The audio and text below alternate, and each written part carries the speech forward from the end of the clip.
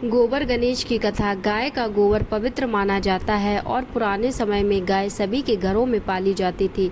वह हिंदू धर्म में जो भी शुभ कार्य होता है उसमें सर्वप्रथम पूज्य देव गणपति की पूजा की जाती है। जो पूजा करने के लिए पहले गणपति की मूर्ति गाय के गोबर से बनाकर पूजा अर्चना कर किसी भी शुभ कार्य आरंभ किया जाता है। पर गोबर से गणेश बनाने के पीछे ये दो कथाएं प्रचलित हैं।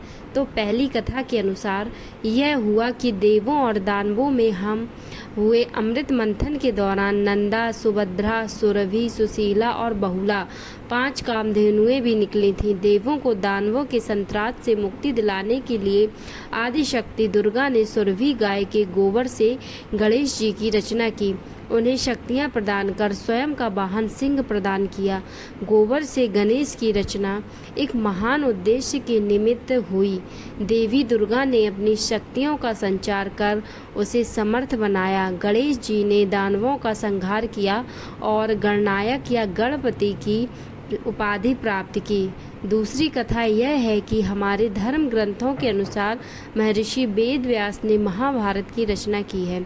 उसके वर्णन को लिपिबद्ध करना उनके वश का नहीं था, अतः उन्हें एक लेखक की आवश्यकता थी जो उनके कथन और विचारों को बिना बाधित किए लेखन कार्य करता रहे, क्योंकि बाधा आने पर विचारों की सतत प्रक्रिया प्रभावित हो सकती थी। अतः उन्होंने श्री गणेश जी की आराधना की और गणपति जी से महाभारत लिपिबद्ध करने की प्रार्थना की। गणेश जी ने कहा कि मैं महाभारत लिख तो दूंगा, आपको अनवरत कथा बताते रहना होगा।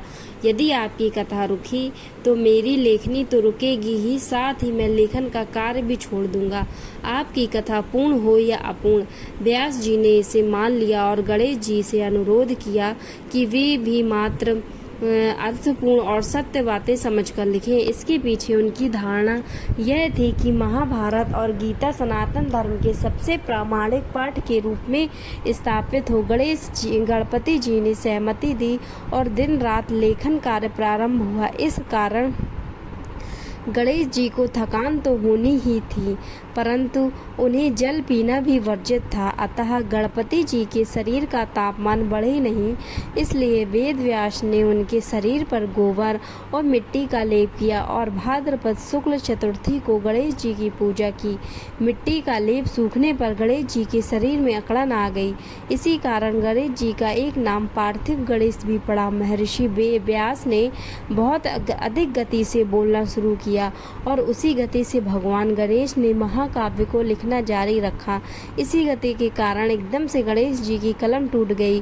वे ऋषि की गति के साथ तालमेल बनाने में चूकने लगे। इस स्थिति में हार ना मानते हुए गणेश जी ने अपना एक दांत तोड़ लिया और उसे स्याही में डुबोकर लिखना जारी रखा।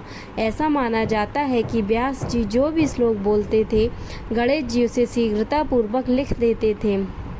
अतः व्यास जी ने गणेश जी की गति को मंद करने के लिए सरल श्लोकों के पश्चात एक कठिन श्लोक बोलते थे। महाभारत का लेखन कार्य गणेश चतुर्थी को आरंभ हुआ और अनंत चतुर्दशी को संपन्न हुआ था। उस दिन गणेश जी के शरीर के तापमान को अल्प करने के लिए और उनके लेप को हटाने के लिए जल अर्पण किया। समीप के एक जल कुंड में उन्हें बिठाया। अतः उस दिन से गणेश विसर्जन का आरंभ माना जाता है। दोस्तों, कैसी लगी मेरी स्टोरी कमेंट्स में बताएं और ऐसे ही वीडियोस के लिए इस चैनल को सब्सक्राइब करें, वीडियो को लाइक करें, शेयर करें। धन्यवाद।